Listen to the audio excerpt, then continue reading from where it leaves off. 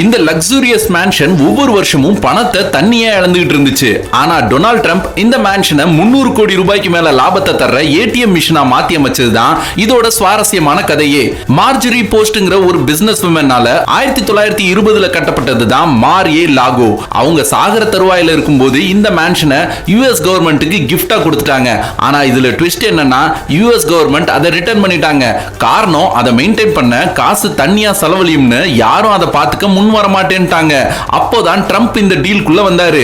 1985ல Trump ocean front லேண்ட 17 கோடிக்கு மேல கொடுத்து வாங்கி இருக்கிறாரு.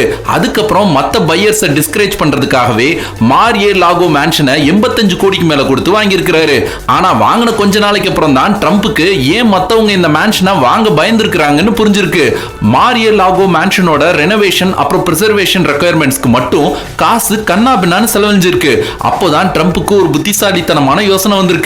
இத ஒரு பிரைவேட் ரெசிடென்ட்டா வச்சுக்கிறதுக்கு பதிலா இந்த மேன்ஷனை ஒரு எக்ஸ்க்ளூசிவ் கிளப்பா மாத்தினாரு. ஆர்டிபிஷியல் ஸ்கேர்சிட்டின்னு சொல்லப்படுற ஒரு பிரின்சிபலை தான் ட்ரம்ப் இந்த விஷயத்துல கையாண்டாரு.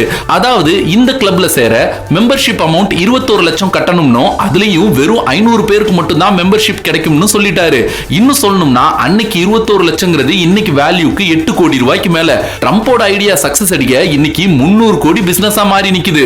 சரி மக்களே, மறக்காம இந்த ரீல உங்களுக்கு தெரிஞ்ச பிசினஸ் ஓனர் கிட்ட ஷேர் பண்ணுங்க. நன்றி, வணக்கம்.